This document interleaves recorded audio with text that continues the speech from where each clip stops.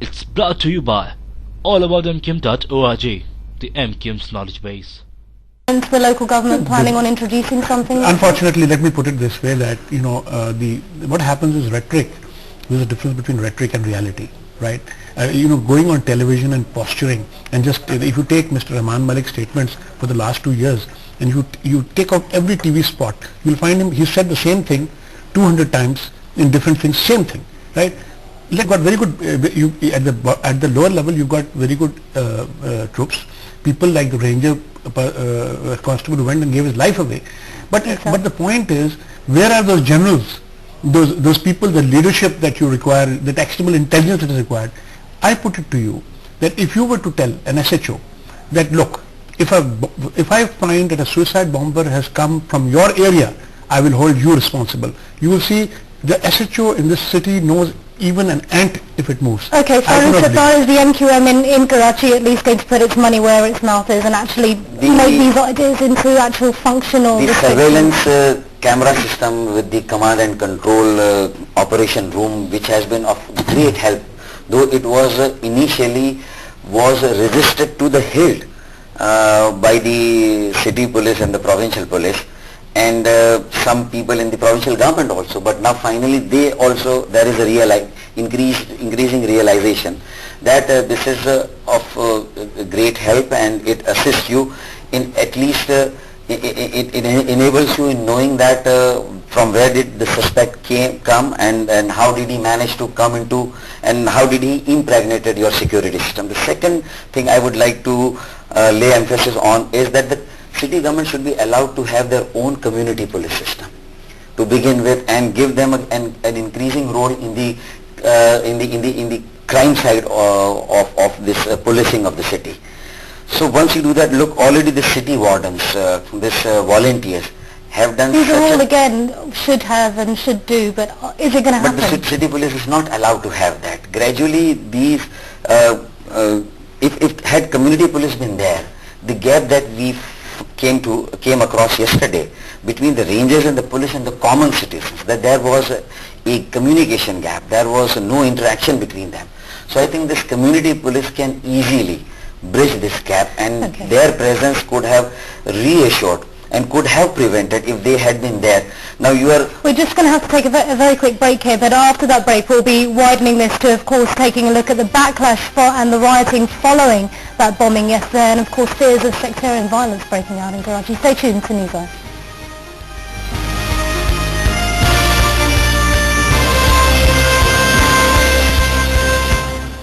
Welcome back. You're watching Newswire. We're talking to Farooq Sattar from the MQM, and Ikram Sehgal, of course, defence and security analyst. Let's get straight into talking about what we saw yesterday, Farooq Sattar, which was, despite the devastation of the bombing, the carnage we saw afterwards, more than almost 2,000 shops that have been damaged, the economy obviously brought to its knees as well for the next few days at least while everything's closed, was a result of rioting. This is a reaction we haven't seen in any other city in Pakistan. So that's why I just like to call yesterday's act of terrorism and the subsequent carnage, though it may not be both may not be directly related to each other, but it was a 9/11 kind of a situation that they also, the saboteurs and the disruptionists, hit at the very foundations of our economy.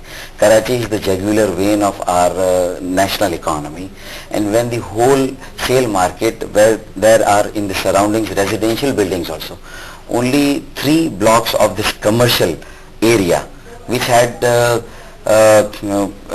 property and the stuff which was worth billions of rupees, so was just gutted and was destroyed. So you're saying this was well organized? It was well organized. But by whom? It was orchestrated. I would say that it's a Talibanization is a phenomena.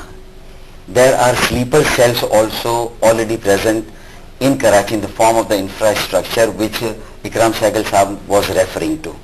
And why would not they want to divert the attentions once they are sustaining colossal losses and they are being defeated in the northern areas of Pakistan? Why would not they want to open new?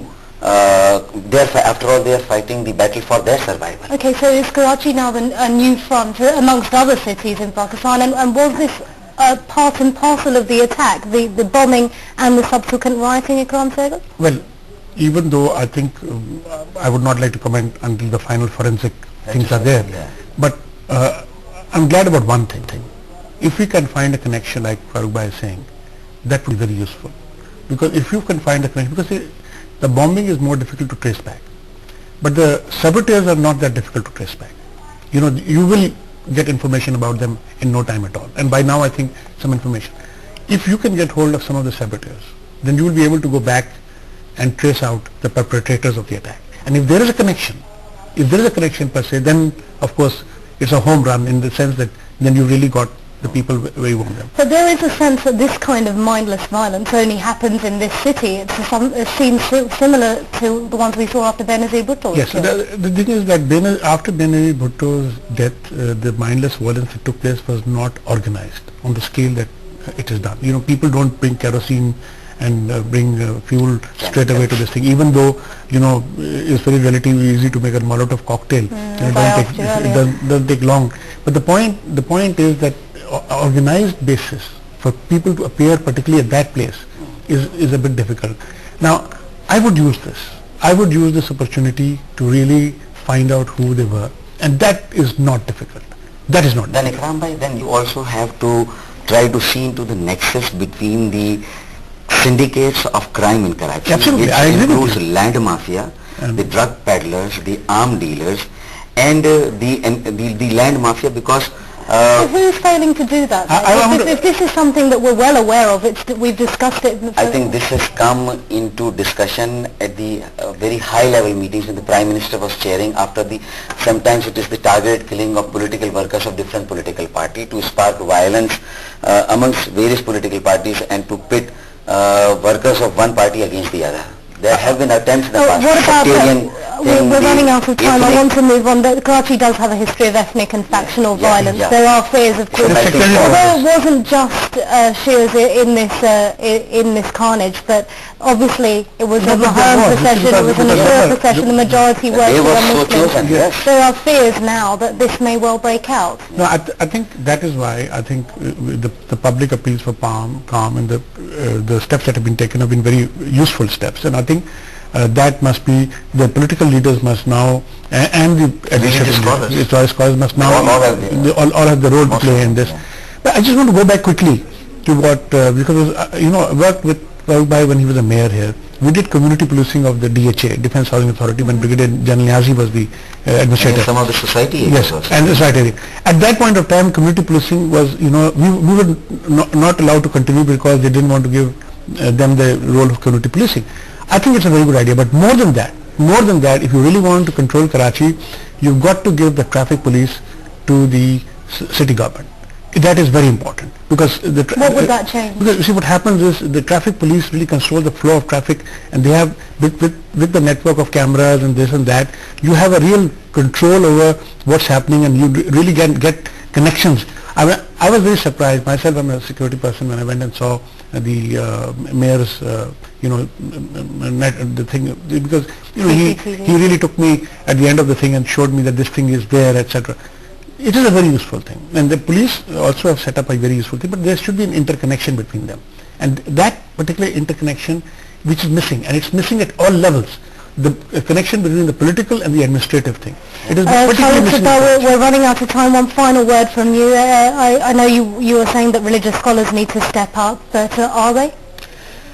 Unfortunately, we have heard some of the scholars still talking about the element of sectarianism into this, that one sect or the other sect is behind it, and this would only further complicate the situation. I think this is time to heal the wounds of the people who have been directly or indirectly affected because of this act of terrorism and the following carnage.